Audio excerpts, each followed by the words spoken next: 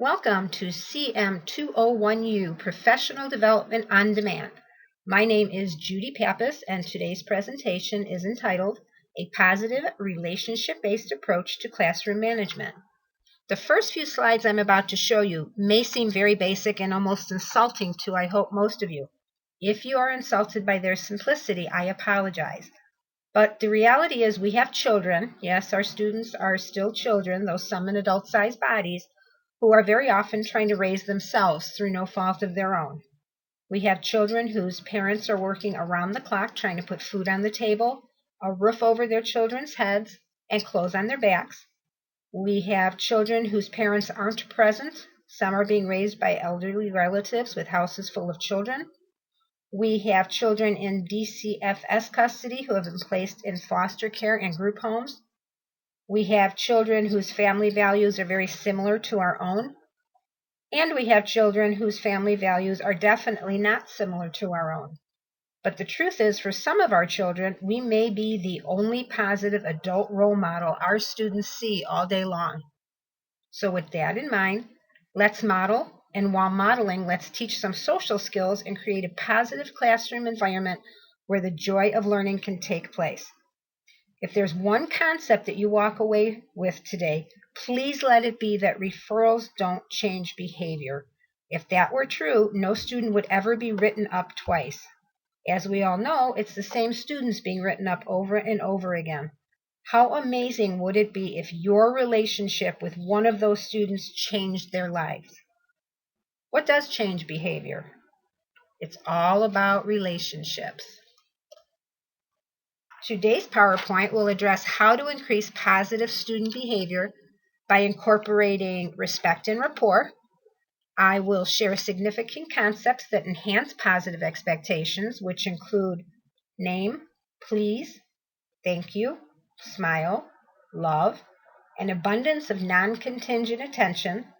Non-contingent attention involves giving students positive attention not because of anything specific they have done, but because you notice and value them as people. I will discuss meet and greet, teach like a great coach, ditch the desk, the closer you get, because I like you, bell to bell, and I will add 7 strategies for building positive classrooms. What's in a name? Why is calling a student by their name important? Because when you address someone by name, you are treating that person with dignity and respect. When we hear our name, we pay attention, and our name identifies us. Effective teachers use this strategy. When addressing a student, they use the student's name. They understand that a student's name should be used in a friendly, respectful manner. Effective teachers never address a student in an angry or condescending tone because this is a put-down of a person's identity and dignity. Pronounce the student's name correctly. A person's name is precious and personal. It is that person's property. It is imperative that students hear the correct pronunciation of names. Failure to do so will tell the students they do not have to respect each other's name, and as a result, they can tease, mock, and make fun of each other's names. Addressing a student by name is telling that student, you are important. You are important enough for me to identify you by name. And addressing a student by name says, I care enough to know who you are. Say please, please. Cultured, polite people can be identified by their manners. The heart of courtesy is respect for other people. This neglect of courtesy leads to collapse of community, and this can be seen in ineffective schools and classrooms where people demean one another. People who neglect to say please when speaking to children are teaching those children that it is all right to bark orders and run roughshod over the dignity of others. When you fail to say please and count your request as an order, you are slowly chipping away at that person's freedom and dignity. Many of our children already come to school having been yelled at all day and night with none of their freedom and dignity intact. Please is actually modern-day shorthand for if you please, if it gives you pleasure. When you say please, you are asking the person not only to help, but to also feel kindly towards you, and you are acknowledging that kindness. When you say please, you are actually saying, I respect you and your kindness and your worth as a human being. Kindness begins with the word please. Cultured, polite, well-mannered people automatically use the word please. They have learned appropriate behavior. Repetitive use of the word please is important if a child is to learn to use the word please in his or her life. Please is usually used when you ask someone to do something for you. Thus, the most effective way to use please is to precede the word with the person's name, such as Alex, please. Consider adding the word please to instructions you hand out to students, on assignments, and other papers you distribute in class. I really appreciate what you did. Thank you. Please goes with thank you. You cannot use one without the other. Goes together like a knife and a fork, bread and butter, buckle on a belt. I think you get the connection. When you say thank you, you are acknowledging that someone did something kindly for you and not because you ordered them to do it. Thank you says to others that you appreciate their effort and kindness. If you have expectations the students will work hard and will learn to be kind, saying thank you is your way of acknowledging that they have been kind and diligent and that you appreciate what they have done for you. And a statement of gratitude and appreciation for someone respecting your wishes with a thank you. Thank you is also a perfect transition. It paves the way to the next request, lesson, or task in class. It makes whatever you want done next much easier. The most effective way to use thank you is to use it with the person's name. I truly appreciate what you did. Thank you, Alex. Or, Alex, I truly appreciate what you did. Thank you. Consider adding the words thank you to instructions you hand out to students, on assignments, and other papers distributed in class. One thing I always did, I always responded when someone said thank you to me with no problem. That is, until I researched this PowerPoint. The worst response to thank you is no problem, because that implies that the task that you were asked to do was a problem. A more appropriate response to thank you is my pleasure or you are welcome, indicating the task was done with pleasure and not because it was a problem. To truly achieve maximum effectiveness when you use a person's name and say please and thank you, smile. It requires no effort and uses far fewer muscles than frowning. It is also less tiring to smile than to frown. Like using please and thank you, smiling is a learned behavioral trait. A smile is like parsley on the dinner plate, the extra pat on the back for a job well done, or the extra hug that says, I really love you. A smile communicates three things. You are a person who knows the ultimate of hospitality and graciousness. You have that little extra bit of polish or panache that marks you as a cultured person. You feel good about yourself and you want others to feel good about themselves as well. A smile is the universal language of understanding, peace, and harmony. A smile is the most effective way to create a positive climate, to disarm an angry person, and to convey the message, don't be afraid of me, I'm here to help you. There's no need for a great big smile. A controlled, slight, disarming smile is all you need. It's whatever type of smile you are comfortable with. And accompany that smile with the name of the person. All you need is love. Ooh, that would be a great title for a Beatles song. Oh, never mind, it already is. Effective teachers are caring, warm, lovable people. Effective teachers understand that students don't care about how much you know until they know how much you care. Effective teachers help students learn as well as enhance the quality of their lives. Ineffective teachers believe all they have to do is offer a product. For example, I was hired to teach insert a specific content area. The sincerest form of service comes from listening and caring. You don't need to tell your students you love them, but you can demonstrate through your body language and through what you say. When significant people use significant words and actions, they increase the likelihood of eliciting positive behaviors from other people. Use every possible opportunity to provide students with non-contingent attention. Non-contingent attention involves giving students time and attention, not because of anything specific they have done, but just because you notice and value them as people. What are the benefits for the teacher of giving non-contingent attention? feeling more connected to your students, providing students with a model of pleasant, supportive interactions, improving student behavior, making each day more pleasant by improving school climate, and it's money in the bank. Every positive interaction we have with a student or a parent puts relationship money in our bank account with that student or parent. It pads the account in our favor and gives us something to draw from for all future interactions, especially if parental help is needed for behavior or grades or anything negative. What are the benefits for the student of receiving non-contingent attention? Students, as well as adults, need to be noticed and valued. When students are noticed and valued, they're more likely to be motivated to engage in appropriate behaviors. How do we provide non-contingent attention? Greet students by name, not only upon entering the classroom, but in other parts of the building or during activities. Show a genuine interest in students' thoughts, feelings, interests, and activities. Show an interest in student work. Invite students to ask for assistance. Whenever time permits, have a conversation with a student or a group of students. And always make a special effort to greet or speak with a student with whom you have had a recent interaction regarding a misbehavior. This gesture communicates that what happened before is in the past. There is no grudge being held. It also lets the students know you are prepared for a fresh start.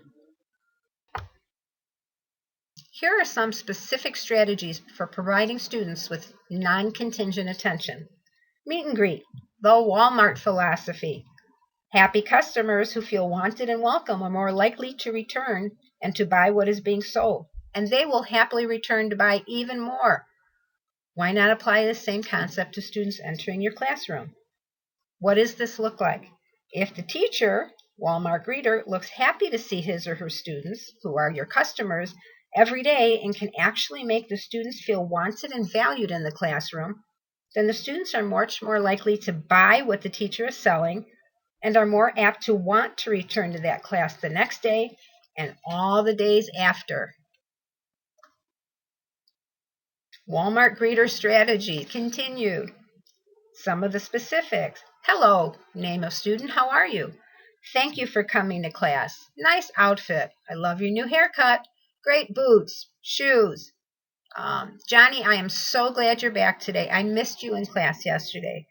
Forget that because Johnny was absent. It was the first day all year you could actually teach your class. Johnny doesn't need to know that. Johnny needs to think you missed him and you are so happy to see him back again. Great job on, some assignment, athletic, extracurricular activity that you saw the student perform or do. The bottom line is if you want students to want to be in your classroom, then you have to convince them that you actually want them there.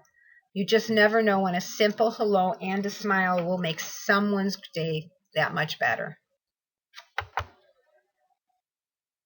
Teach like a great coach. Great coaches are great teachers. Their game plans, lesson plans are always evolving. They wouldn't use the same game plan over and over because what worked with last year's team and talent might not work with this year's team. Great coaches make each player aware of their strengths and weaknesses, yet they don't focus on the weaknesses. Instead, they develop plans to help each player overcome them. The coach's main focus remains on the player's strengths. Great coaches work tirelessly, far beyond normal working hours, to make the most of each player's strengths. Great coaches know the value of procedures and practice them over and over again with their players. Great coaches are always writing and delivering motivational speeches because they know that players need daily doses of inspiration. As Zig Ziglar says, people often say that motivation doesn't last. Well, neither does bathing. That's why we recommend it daily. Great coaches teach players of all ability levels, so there is no such thing as one-size-fits-all coaching. Great coaches are never still. When they are in the presence of their players, they are walking around constantly, monitoring, encouraging, coaching, teaching, and remediating. A great coach will never be found sitting at his desk on the sideline. He has a desk in his office, but uses it only when his players are not around. On game day, A great coach is pacing back and forth, watching every move his or her players make. The great coach has prepared them and now must let them play. But the great coach is watching constantly, offering guidance and encouragement. When something stops working, a great coach calls a timeout and reteaches or redirects. Great coaches are great teachers, and great teachers are great coaches. Content areas and arenas may differ, but the coaching and teaching process are remarkably similar. Ditch the desk. A physical barrier creates a mental barrier as well as an emotional barrier. When you walk into a room to meet someone, if that person is seated behind the desk, it is much more intimidating than if that person gets up from their desk and comes and sits next to you. Once the barrier is removed, the situation becomes less intimidating. In classrooms where teachers separate themselves physically from their students by a desk or a podium or another piece of furniture, both instruction and behavior suffers. If someone walked into your classroom and asked your students, "Where does your teacher stand?" would the students be able to answer that question? The answer should be all over. He or she never stands in the same place for long. Students find it difficult to misbehave or be off task when an adult is standing right next to them. That's proximity. The closer you are to your students, the more engaged they will be, the better their behavior will be, and the less tempted they will be to engage in inappropriate behaviors. Feel free to sit at your desk anytime the students are not present. But when students are present, it is vital that you are in the game with them. Because I like you. People will work harder for those they like. People will buy more from those they like. People will be more tolerant of the shortcomings of those they like. In other words, people will do almost anything for those they like. Who has heard, "Teaching is not a popularity contest. I don't care if the students like me as long as they learn from me"? This is just not true. If the students don't like you, then it is quite likely they won't learn from you. That is why the relationships teachers establish with their students, good or bad, affect the amount of learning that occurs. Why is it some teachers can get almost any student to do just about anything? It's because of the relationships these teachers have developed with their students. Some tips for improving your relationships with your students: smile often. Get to know your students. Express belief in your students. Be encouraging, understanding, compassionate. Be the most pleasant person you know. Be the most positive person you know. Provide assistance to struggling students. Teach with gusto and excitement. Be consistent. And just be nice. Plan for bell-to-bell activities. Plan numerous short activities. Vary activities to ensure student engagement and interest. The teacher has to move constantly to monitor, assist, and assess. Plan for quick, smooth transitions between activities. Overplan. Don't run out of activities that keep students engaged and learning from bell to bell. There must be a closure activity, and students should always be released by teacher dismissal, not bell dismissal. Students should absolutely not be standing by the classroom door waiting for the bell to ring. Here are 7 additional strategies for building positive classrooms. Make learning relevant. Create a classroom code of conduct. Teach positive actions. Instill intrinsic motivation. Reinforce positive behaviors. Engage positive role models. And always be positive. In conclusion, today let's be the teachers who can't wait for the bell to ring to begin each day and are organized and ready so our students know what to do. Take delight in a challenge and have a core belief that each student is capable of success. Honor students with dignity and respect. Are patient with our works in progress. Have a never give up attitude. Want to be the difference in our students' lives, and actually are the difference in our students' lives. Thank you for taking the time today to watch this presentation. If you have any questions, please feel free to contact me at Pappas, Pappas, j at cm201u.org.